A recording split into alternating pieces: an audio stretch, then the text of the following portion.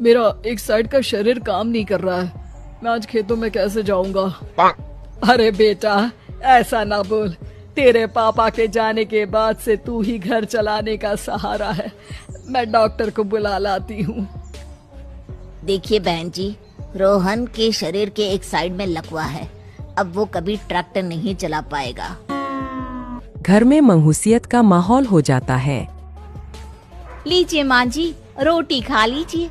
अरे बेटा, मुझे तो भविष्य की चिंता हो रही है। मेरा एक ही बेटा है और वो भी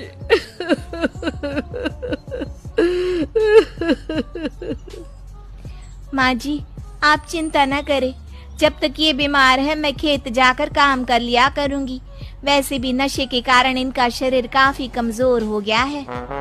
अगले दिन सीमा खेत में जाकर काम कर शाम को घर लौटती है। ये ले बेटा, पानी पी ले।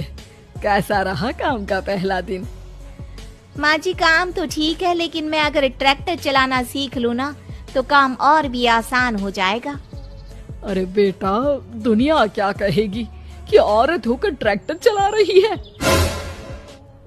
माँ जी, या तो हम दुनिया देख ले या अपना घर, कोई बात नहीं। जब ये ठीक हो जाएंगे तो सब ठीक हो जाएगा।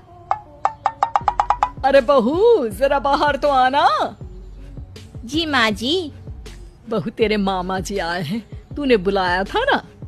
हाँ माँ जी, वो मामा जी ना आज से मुझे ट्रैक्टर चलाना सिखा। सीमा मामाजी से ट्रैक्टर चलाना सीखती है। वो मन लगाकर खेतों में काम करती है। और एक दिन, माँ जी, पता है इस बार पूरे गांव में सबसे ज्यादा फसल का उत्पादन हमारे खेतों में हुआ है। इस साल तो खूब पैसे आएंगे। हाँ। सास खुश नहीं होती है। वो चुपचाप वहाँ से जाने लगती है।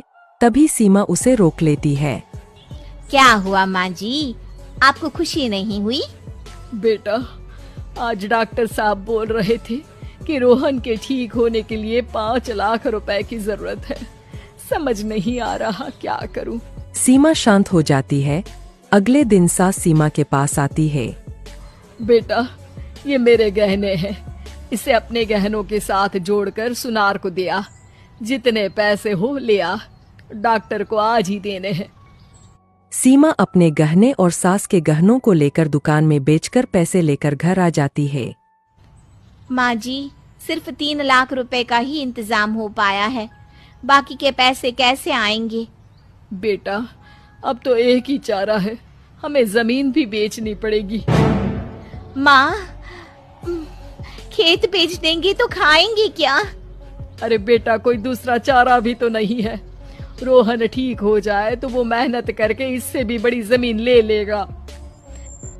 सास बहू मिलकर खेत भी बेच देते हैं। अब पूरे पैसे लेकर सास डॉक्टर के पास जाती है। डॉक्टर साहब, ये लीजिए सारे पैसे। बस किसी तरह मेरे बेटे को ठीक कर दीजिए। आपका बेटा ठीक तो हो जाएगा, लेकिन 6 महीने का समय लगेगा।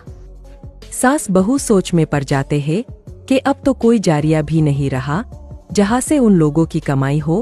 अब कमाएंगे नहीं तो खाएंगे क्या? माँ जी, मेरे माता पिता ने लड़की होने के कारण मुझे ज्यादा पढ़ाया लिखाया नहीं, लेकिन ट्रैक्टर चलाना सीखकर मैं कुछ काम करने के लायक तो हो ही गई हूँ। अरे बेटा, ट्रैक्टर अब कहाँ चलाएगी?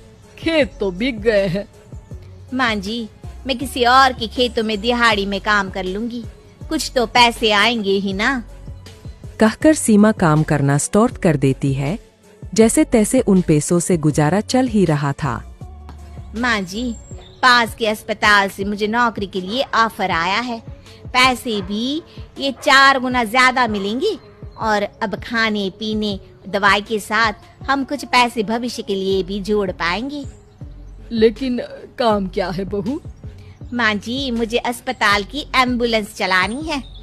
अरे, तू तो मेरी बहू नहीं, बेटा है। बेटा, जरूर जा बेटा।